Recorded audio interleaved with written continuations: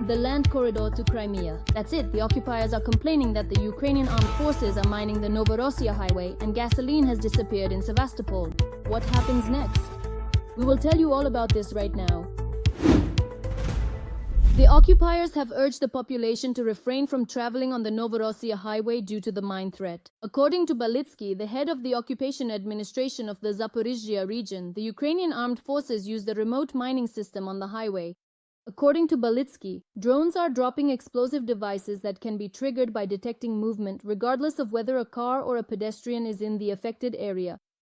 I urge drivers to be extremely careful on the roads, especially on the shoulders and in areas where suspicious objects may be present. If you discover any dangerous objects, immediately report them to emergency services and keep a safe distance. Ukraine has blocked the Russian land corridor to Crimea. The mass use of medium-range drones in recent months has allowed the Ukrainian Armed Forces to take control of the federal highway R280 Novarosia. This logistical artery supplies both the annexed peninsula and the Russian grouping on the southern front. In the Kherson and Zaporizhzhia regions, it has turned into a road of death. Since the beginning of spring, drone strikes have neutralized Russian air defenses in the region, after which drones gained the ability to move freely anywhere in the occupied territories. Now, reaching the Novarosia highway, which is 100 kilometers from the front line, is a matter of just 1 hour for Ukrainian UAVs. Back on May 21st, the Russian authorities restricted truck traffic on the R280 Novarosia highway. As a result, 92 and 95-octane gasoline disappeared from gas stations in Sevastopol. Lines formed for fuel. On the peninsula, ration cards were introduced and fuel distribution was limited to 20 liters per day, per person. Restrictions were also imposed on the import of gasoline via the Crimean Bridge. The occupation governor, Mikhail Razvozhayev, reported that fuel problems began about a week after. Due to drone strikes, the authorities restricted movement along the so-called land bridge to Crimea. Razvozhayev did not name the exact reason for the fuel shortage, only specifying that the city continues to face logistical difficulties, the causes of which are known. He promised to restore gasoline supplies within the day. According to a statement by Alexander Talipov, advisor to the head of Crimea, Russia has two main ways of delivering fuel to the region. Delivery is carried out by ferries and depends on the weather, or through the annexed territories via the Crimean Bridge using tankers. Due to security concerns, they are not operating, Talipov clarified. Pro-military Z channels directly link the current fuel crisis to strikes on this logistics. The Romanov Light channel writes, The lack of gasoline in Sevastopol is a consequence of systematic enemy strikes on oil refineries and fuel tankers in the land corridor to Crimea. A military informant commenting on Razvozhayev's statement about gasoline problems published a photo of yet another burning fuel tanker after a strike by a Ukrainian kamikaze drone on the land corridor to Crimea. OSINT researcher Clement Molint counted 125 Russian trucks, mostly hit in May on key logistical routes in territories annexed in 2022. According to his data, more than 80 of them were completely destroyed or burned. According to Moulin's assessment, the intensive campaign against Russian logistics began in May and has only been gaining momentum since then. The researcher calls its scale unprecedented. Tuapse, Taganrog, Voronezh, and the temporarily occupied Donetsk. Military targets in these cities were attacked by Ukrainian drones. Magyar's birds are literally destroying Russian enterprises that supply Putin's army. Here are some exclusive details. It's heating up all over Russia, from Voronezh to Tuapse. Good morning, Nazareth. For the fifth time this spring, the Tuapse oil refinery has been hit by Ukrainian forces. Unbelievable. A missile hit, actually 2 missiles. Explosions were also heard at night in Taganrog. A facility involved in the repair and modernization of Russian military aviation was successfully attacked. The morning didn't go well on the peninsula, in the annexed Sevastopol and Simferopol.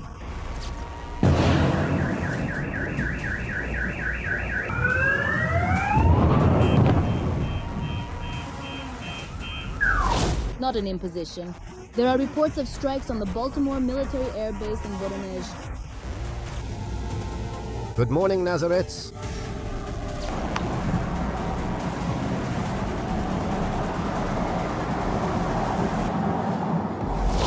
In Simferopol, according to reports from propagandists, a missile hit the building of the Southern Directorate of the Central Bank. In the area of Gogol Street, according to preliminary reports, a missile also damaged an administrative building that had not been used for a long time. But the actual target was the headquarters of the Black Sea Fleet's Air Force. On that same Gogol Street, though, they aren't showing any photos or videos from there. Only local residents are sharing information online.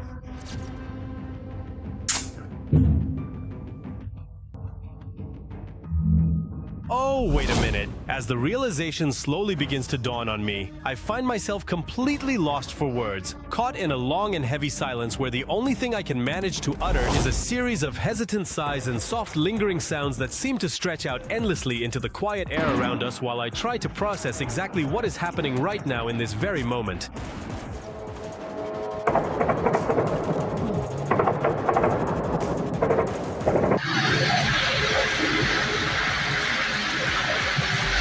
Ukraine has created a real hell for the logistics of the Russian Federation's troops. Something's already happening. Huh? It's already been blown up. Key supply routes in the occupied areas of Ukraine have come under fire from the armed forces of Ukraine.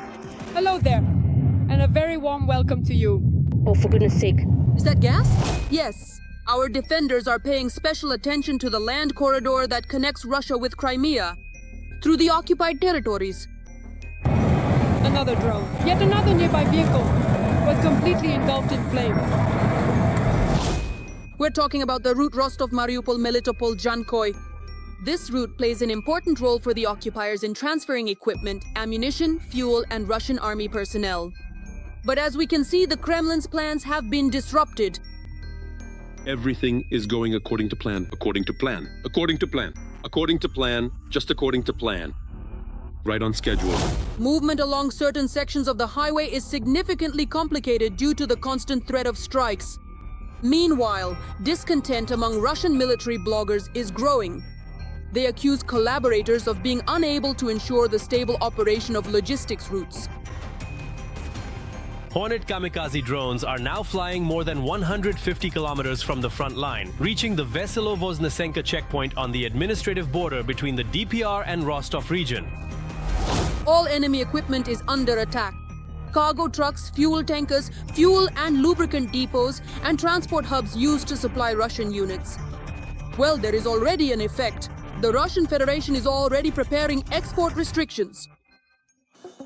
All of the required and necessary fuel. The Kremlin is considering banning the export of diesel and kerosene following a series of attacks.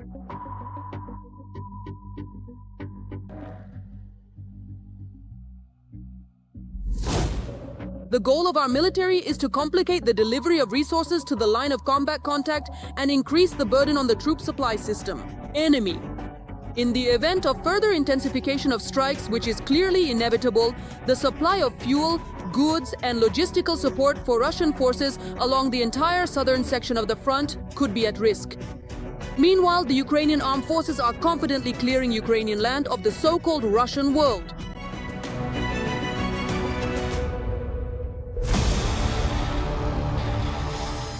And while Ukraine strikes at enemy military targets, terrorist Russia continues the genocide of the Ukrainian people. Ballistic missiles, cruise missiles, Kinzhal Zircon, and of course Shahed drones. During the week, the enemy used almost their entire arsenal of missile weaponry. The main target of the attack was Kiev and its suburbs.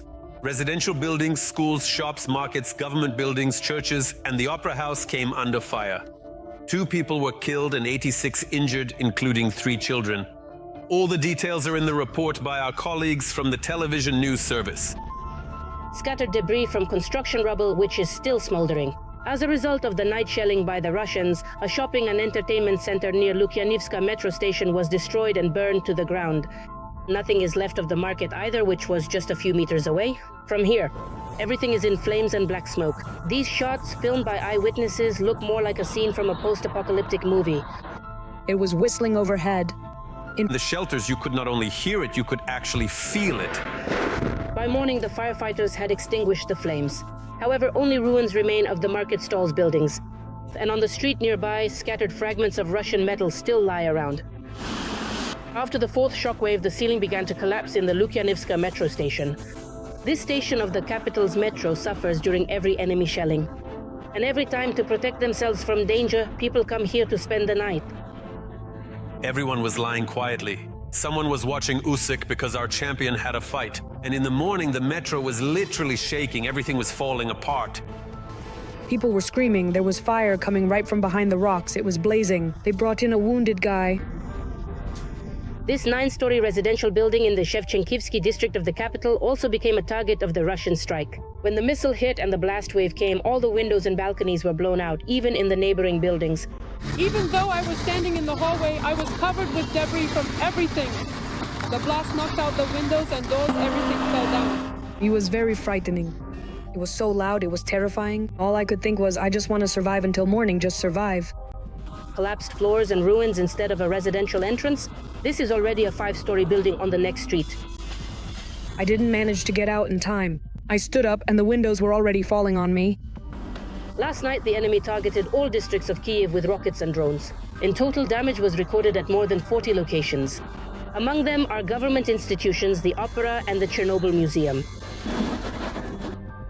While rescuers are dismantling dangerous structures, museum workers are meanwhile saving the surviving exhibits. We're preserving whatever we managed to save. We've carried things out, now we'll take them away. A missile strike hit right in the center of the capital in the valley. Within 1 block are the Chernobyl Museum, the police station, the Regional Emergency Management Office, and the fire station. The president visited the site of the attack early in the morning. Are people alive? Good afternoon. Across the street from the museum is the Kiev Opera. Instead of their morning warm-up, the ballet dancers are cleaning the theater premises. Today at noon, they were supposed to perform Tambelina here. And even though the show was postponed, the young audience was promised that work would resume as soon as possible. We still won't give up. We will prevail in the end.